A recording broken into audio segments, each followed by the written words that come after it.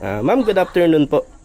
Ma'am, as lang namin yung reaction nyo about doon sa latest na survey, which is pinapakita po doon na more than 60% si BP Sara, then 25% lang si PBBM. Sa tingin nyo po ba is realistic sa kapanipaniwala ba? And ano pong opinion nyo rito?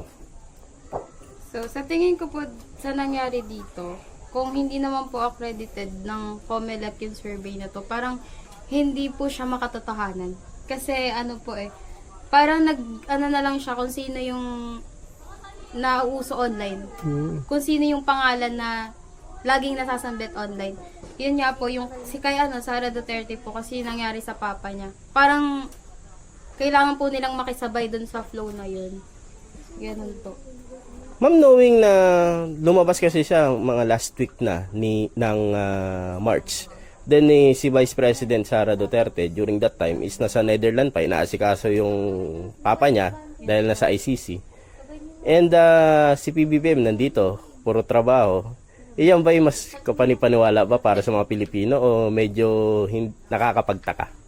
Nakakapagtaka po kasi dun pa lang po sa wala na siya nagagawa.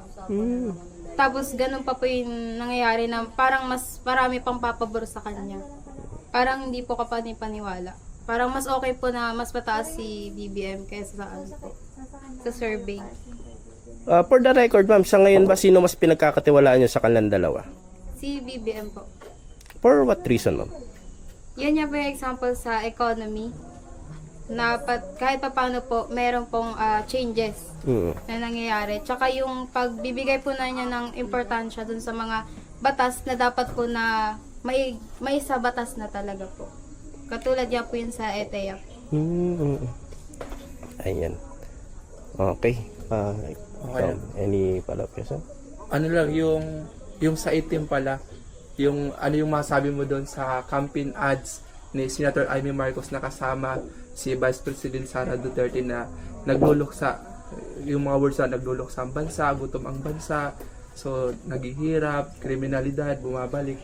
Ano yung masabi mo doon? Ayun nga po. Parang tiniming po nila na lahat ng tao, yan nga po yung support ng DDSS mas po ngayon dahil sa nangyari kay Duterte. Parang tiniming po nila na mas umingay yung pangalan nila ngayon. Ang po kasi dyan, parang di ba po hindi na po okay yung Marcos tsaka Duterte nito lang. Tapos bigla pong nilabas yung itim na parang nagpaplastikan lang po sila. For what reason? Parang ayun po, yung parang umulit-pulit na tumaas yung na naman ng pangalan nila. Parang hindi po siya worth it na mag-rely doon sa sinabi nila. Kasi nga po sila na nag-aaway. Ma'am, last na lang po. Bilang pahabol, bilang estudyante, ano yung mensahe mo sa overall Filipinos na botante this coming 2025 election? Maging wise po sa pagboto kasi hindi lang naman po para sa atin yung pagboto natin. Para rin po sa maraming tao. Kung ikaw po nauulanan, sana ayusin mo yung pagboto mo. Kung ikaw naman hindi ka nauulanan sa lugar mong yan, sana kahit papaano magkaroon ka ng empathy dun sa mas nauulanan para makatulong din sa kanila. Yun po. Ayan. Thank you, ma'am. Kala ko magpapayong eh. Di ba, galing? Sabi ko pa sa inyo, magaling Sabi ko yan. sa'yo eh. Thank you.